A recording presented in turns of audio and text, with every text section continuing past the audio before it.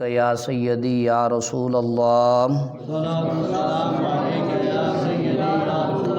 الصلاۃ والسلام علیک یا سیدی یا حبیب اللہ، الصلاۃ والسلام علیک یا سیدی یا خاتم النبیین۔ حمد و صلوات کے بعد میرے نہایت ہی معزز و محتشم سامعین کرام، اللہ رب العزت کے فضل اور اس کی توفیق سے آج ہم درس قرآن پڑھ رہے ہیں۔ دنیا میں آپ کے اور میرے آنے کا ایک مقصد ہے۔ گھر سے جب صبح آپ اٹھے اور مسجد میں آئے تو آپ کے آنے کا ایک مقصد ہے۔ ہر انسان جو ہے وہ ایک مقصد رکھتا ہے، کوئی دنیاوی رکھتا ہے اور کوئی دینی رکھتا ہے۔ قرآن مجید وہ لا ریب کتاب ہے جس کے نزول کا ایک مقصد ہے۔ آج ہم 4 مقاصد کا ذکر کریں گے قرآن کی روشنی میں۔ پہلا مقصد یہ ہے قرآن پاک کے نازل ہونے کا کہ پوری امت کو اللہ تعالیٰ کے عذاب سے ڈرایا جائے۔ جب ڈر ہوگا، رب تعالیٰ کا خوف ہوگا، انسان گناہوں سے بچ جائے گا، برائیوں سے بچ جائے گا، بے حیائیوں سے بچ جائے گا، گندے کام کرنے سے بچ جائے گا۔ تو پہلا مقصد قرآن کے نازل ہونے کا یہ ہے کہ پوری امت کو اللہ تعالیٰ کے عذاب سے ڈرایا جائے۔ سورۃ الانعام کے اندر رب کائنات نے فرمایا وَهَذَا كِتَابٌ أَنزَلْنَاهُ مُبَارَكٌ مُصَدِّقُ الَّذِي بَيْنَ يَدَيْهِ وَلِتُنذِرَ أُمَّ الْقُرَىٰ وَمَنْ حَوْلَهَا۔ یہ برکت والی کتاب ہے جسے ہم نے نازل فرمایا ہے، پہلی کتابوں کی یہ تصدیق کرنے والی ہے، اور اس لیے بھی نازل فرمائی تاکہ تم اس کے ذریعے مرکزی شہر اور اس کے ارد گرد والوں کو ڈر سناؤ۔ یعنی جو بیت اللہ شریف کے آس پاس رہتے ہیں، جو بیت المقدس شریف کے آس پاس رہتے ہیں، بلکہ پوری نسل انسانیت کو قرآن پڑھ کر ڈر سنایا جائے۔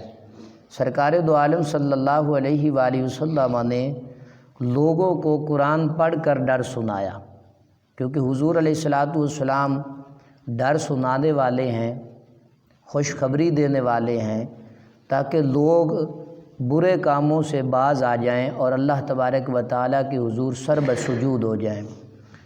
دوسرا مقصد اس کتاب کے نازل ہونے کا یہ ہے کہ لوگوں کو کفر اور جہالت کے اندھیروں سے ایمان کے نور کی طرف نکالا جائے۔ جہاں ایمان ہوگا وہاں کفر کا کوئی تعلق نہیں، جہاں علم ہوگا وہاں جہالت کا کوئی تعلق نہیں۔ اس قرآن لا ریب کتاب کا مقصد ہی یہی ہے کہ لوگوں کو کفر اور جہالت کے اندھیروں سے باہر نکالا جائے۔ جو لوگ قرآن کا علم نہیں سیکھتے ہیں، نہیں پڑھتے ہیں، پہلے وہ بد مذہب بن جاتے ہیں، گمراہ بن جاتے ہیں، آہستہ آہستہ وہ کفر کی طرف چلے جاتے ہیں، انہیں پتہ ہی نہیں چلتا۔ تو اس لیے ہمیں قرآن کا علم سیکھنا چاہیے، قرآن کو پڑھنا چاہیے، قرآن پڑھنے والوں کی مجالس میں بیٹھنا چاہیے، قرآن کا ترجمہ اور تفسیر جو ہے وہ سمجھنا چاہیے، کیونکہ قرآن پاک ہی وہ واحد کتاب ہے جو انسان کے اندر سے کفر کی اندھیریوں کو ختم کر کے اسے ایمان کے کامل درجے تک پہنچا دیتی ہے، اور انسان کے اندر سے جہالت کو ختم کر کے نور عطا فرماتی ہے۔ رب کائنات نے فرمایا الف لام را کتاب انزلناہ الیک لتخرج الناس من الظلمات الی النور باذن ربہم الی صراط العزیز الحمید۔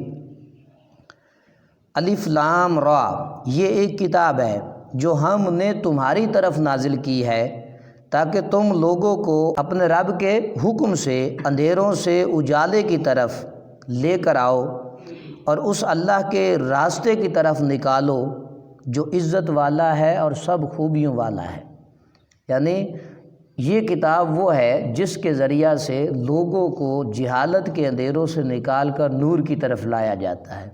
تو جو قرآن کو پڑھنے والے ہیں، قرآن کا علم سیکھنے والے ہیں، ترجمہ اور تفسیر کے ساتھ پڑھنے والے ہیں، یقیناً ایک وقت آتا ہے کہ ان کے اندر جہالت ختم ہو جاتی ہے، بلکہ نور ہی نور ہوتا ہے، کیونکہ قرآن بھی نور ہے۔ تیسرا جو مقصد ہے اس لا ریب کتاب کے نزول کا، لوگوں تک اللہ تعالیٰ کے احکامات پہنچانا۔ اس کے ذریعہ سے اللہ تعالیٰ کے احکامات پہنچتے ہیں۔ جس تک اللہ کے احکامات نہ پہنچے پھر شیطان اپنی باتیں اس تک پہنچاتا ہے، اس میں وسوسے ڈالتا ہے، اسے گمراہ کرنے کی کوشش کرتا ہے۔ بعض اوقات تو انسانیت کے روپ میں بھی شیطان آتا ہے اور لوگوں کو گمراہ کرنے کی کوشش کرتا ہے، لیکن جو اللہ کے احکامات کو لا ریب کتاب سے پڑھ لیتا ہے، سن لیتا ہے، سمجھ لیتا ہے، تو پھر وہ برائیوں سے بچ جاتا ہے۔ اور لوگوں کے درمیان جو اختلاف ہو اس کا تسویہ کراتی ہے یہ کتاب۔ لوگوں میں اختلاف ہو گیا تو ایک بندہ قرآن پڑھ کر سنائے گا، وہ کہے گا قرآن میں یہ لکھا ہوا ہے، اب جو اختلاف ہے وہ ان کا ختم ہو جائے گا۔ اگر کوئی قرآن کو بھی نہ مانے پھر وہ گمراہ ہو جاتا ہے اور کافر ہو جاتا ہے۔ اللہ تبارک و تعالیٰ نے ارشاد فرمایا وَأَنزَلْنَا إِلَيْكَ الذِّكْرَ لِتُبَيِّنَ لِلنَّاسِ مَا نُزِّلَ إِلَيْهِمْ وَلَعَلَّهُمْ يَتَفَكَّرُونَ۔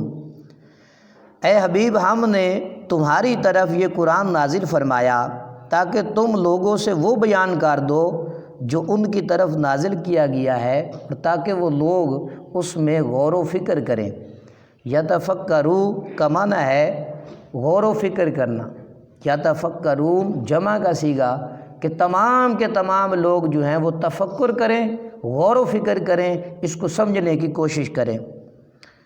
چوتھا اور آخری مقصد جو ہے اس لا ریب کتاب کا کہ رب کائنات نے اس کی آیتوں میں ہمیں بار بار غور و فکر کرنے کی تلقین فرمائی کہ قرآن کی ایک آیت کو پڑھو اور اس کے اندر تم غور و فکر کرو، سوچو بچار کرو کہ یہ آیت کہتی کیا ہے۔ ایک آیت جو ہے، ایک آیت ہزاروں خزانے اپنے اندر سمائے ہوئے ہیں، لیکن ہمارے اندر صرف یہی کمزوری ہے کہ ہم قرآن کو پڑھتے نہیں ہیں، ہم قرآن کو سمجھتے نہیں ہیں، ہم عالم کی مجلس میں بیٹھتے نہیں ہیں۔ تو جب بیٹھتے نہیں ہیں تو پھر قرآن کا علم ہمیں کیسے ہوگا؟ قرآن کا علم تبھی ہوگا جب ہم بیٹھ کر رسول اللہ کا دین سننے کی کوشش کریں گے۔ رب کائنات نے فرمایا کتاب انزلناہ الیک مبارک لیدبروا آیاتہ ولیتذکر اولو الالباب، کہ یہ قرآن ایک برکت والی کتاب ہے۔ کتاب انزلناہ الیک مبارک، یہ کتاب جو تمہاری طرف نازل کی گئی ہے یہ برکت والی کتاب ہے، جو ہم نے جس کو نازل کیا ہے یہ بابرکت کتاب ہے۔ لیدبروا آیاتہ، تم اس کی آیتوں میں غور و فکر کرو۔ وَلِيَتَذَكَّرَ أُولُو الْأَلْبَابِ، اس میں نصیحتیں ہیں عقل والوں کے لیے، ذی شعور لوگوں کے لیے جو عقل اور شعور رکھتے ہیں۔ اللہ نے اس میں نصیحتیں ہی اتنی رکھی ہیں کہ وہ اس کو پڑھتے بھی ہیں، سنتے بھی ہیں، سمجھتے بھی ہیں اور اس پر عمل کرتے ہیں۔ قرآن کے مقابلے میں اپنی عقل کے گھوڑے نہیں دوڑاتے ہیں۔ جو بندہ قرآن کے مقابلے میں اپنی عقل کے گھوڑے دوڑائے، قرآن کو چھوڑ کر وہ دائیں بائیں جائے، تو پھر وہ انسان گمراہ ہو جاتا ہے۔ جو قرآن کو پڑھتا ہے، سنتا ہے، سمجھتا ہے، یقیناً وہ انسان فلاح پا جاتا ہے۔ تو آج کے درس میں ہم نے یہی سیکھا کہ قرآن کے نزول کا جو مقصد ہے وہ 4 مقصد ہیں۔ کون کون سے؟ کہ پوری امت کو اللہ تعالیٰ کے عذاب سے ڈرانا، یہ پہلا مقصد ہے۔ دوسرا مقصد ہے کہ لوگوں کو کفر اور جہالت کے اندھیریوں سے باہر نکال کر نور کی طرف لے آنا۔ اور تیسرا مقصد ہے کہ لوگوں تک اللہ تعالیٰ کے احکامات کو من و عن پہنچایا جا سکے، اور ان کے درمیان جو اختلافات ہیں اس لا ریب کتاب کے ذریعہ سے ان کے اختلافات کا تسویہ کیا جا سکے۔ چوتھا مقصد ہے کہ اس کی آیتوں میں ہم زیادہ سے زیادہ غور و فکر کریں اور نصیحت حاصل کریں۔ اللہ تعالیٰ مجھے اور آپ کو عمل کی توفیق عطا فرمائے۔ وآخر دعوانا ان الحمد للہ رب العالمین۔